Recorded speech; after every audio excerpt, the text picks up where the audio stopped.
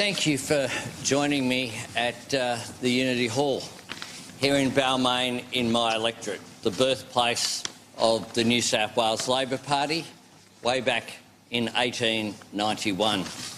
I want to begin by congratulating Prime Minister Scott Morrison on his election in his own right as the Prime Minister of Australia.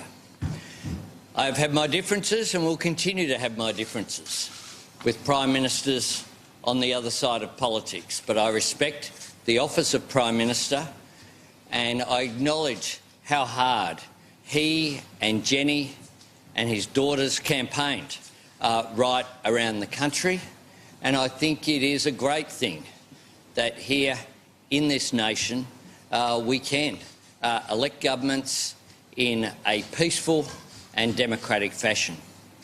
I also want to take the opportunity, as I did personally with a discussion with Bill Shorten earlier this morning, to acknowledge the fact that he has fought a tough campaign. He has led our great party for 6 years. He has been an inclusive leader and is someone who has campaigned on a policy agenda in the interests of working people, and he's someone who has my respect and has indicated, of course, that he'll continue to serve the Parliament as a Member of Parliament. And today he's also announced that he will ask for the National Executive to expedite the election of the leader of the Australian Labor Party. Can I say that we need to respect the decision which people made yesterday in, I think, clear fashion. This is indeed a devastating result for the Australian Labor Party. I particularly want to say my heart goes out to all those many tens of thousands of true believers who campaigned strongly over many months, who staffed the polling booths, who worked so hard for the election of a Labor government. I'm sorry that we collectively didn't get the job done, but I want to take the opportunity as well to thank the voters of Grainler for giving me the great honour of continuing to serve the inner west of Sydney in the National Parliament. It is the case that we are going to have to examine the outcome of this election at as both a caucus and as a National Executive.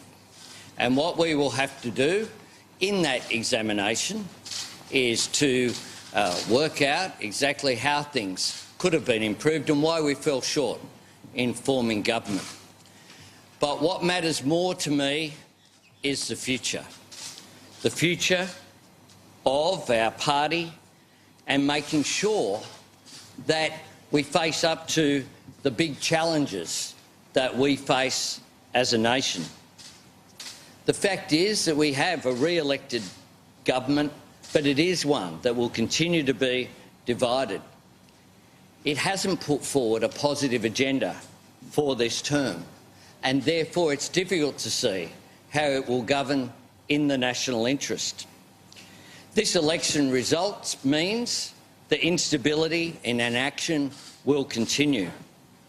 Regardless of how people voted yesterday, the country knows that we do face huge challenges.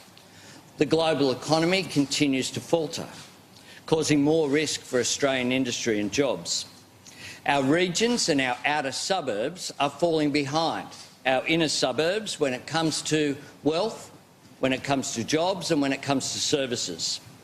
Underemployment means that many Australians aren't getting the take-home pay that they need to meet the basic essentials for their families. Our low-wage economy, where wages aren't keeping up with inflation, means that is entrenching generational disadvantage.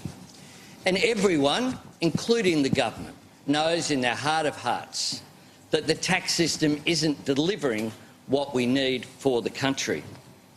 We need a government with an agenda to build the nation and secure us against these challenges, with an education system and schools that prepare us for global competition, including in the early years.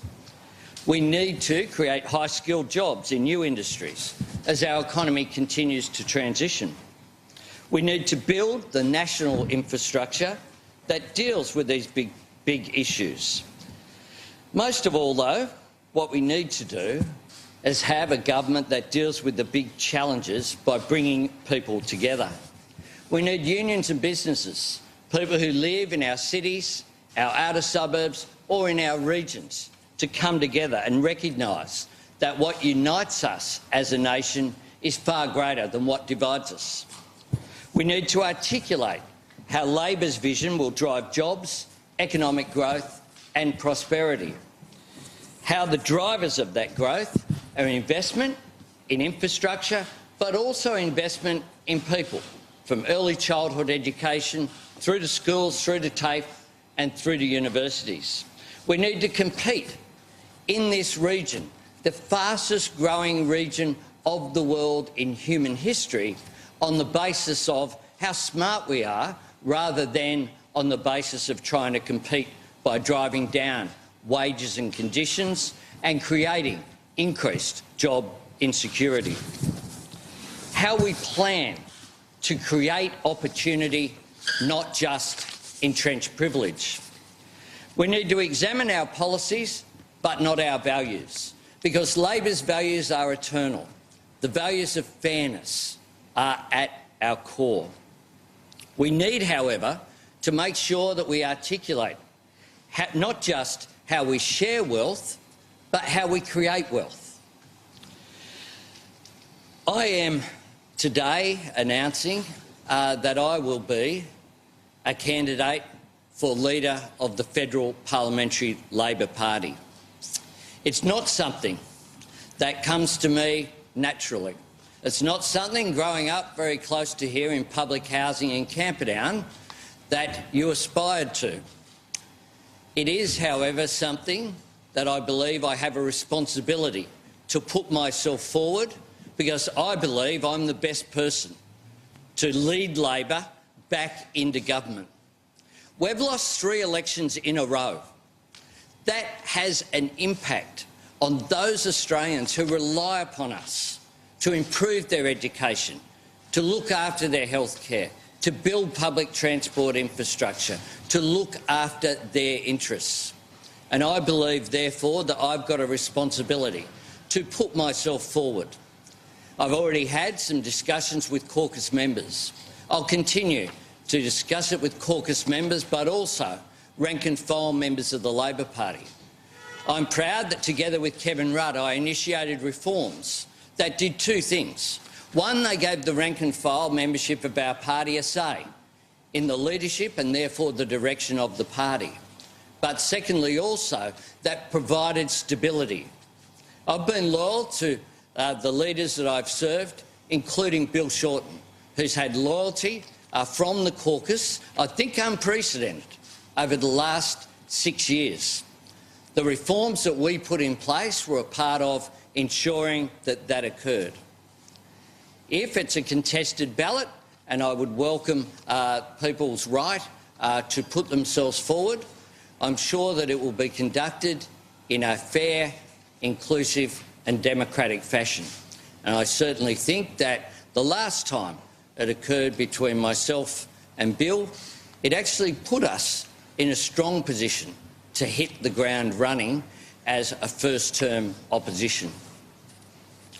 I will be asking the members of the caucus and the party for their support. I think Australians know me. I've been around in politics now for 2 decades. I've explained my life story, which I found quite difficult, through working with Karen Middleton's biography that she released in 2016. I sometimes get things wrong. If I do that, I'll say that that's the case. I'm someone who can take on the other side of politics in a vigorous fashion, And people who saw my record as Leader of the House of Representatives and as Manager of Opposition Business will know that that's the case. But they will also know that I'm prepared to reach out across the aisle. And if an idea is good and it needs bipartisan support, such as the building of an airport and support for Western Sydney jobs and the aerotropolis there, then I'll do that too. What you see is what you get with me, for better or worse. I'm a bit rough at the edges, but I think that Australians don't want someone who just utters talking points. So from time to time, I will not be as articulate as someone who's simply reading from a script. But I offer myself forward. I do it in a way which I wasn't expecting, frankly. The truth is that I, along with others, was expecting a different result last night. I'm disappointed by the result that we got. But it's now time to stand up, dust ourselves off and get on with the business of making Labor an opposition that holds the government to account, but also a political party that offers a different agenda to the government, a fairer agenda, a more inclusive agenda, an agenda that brings the nation together on economic, social and environmental policy so that we can meet the challenges of the future.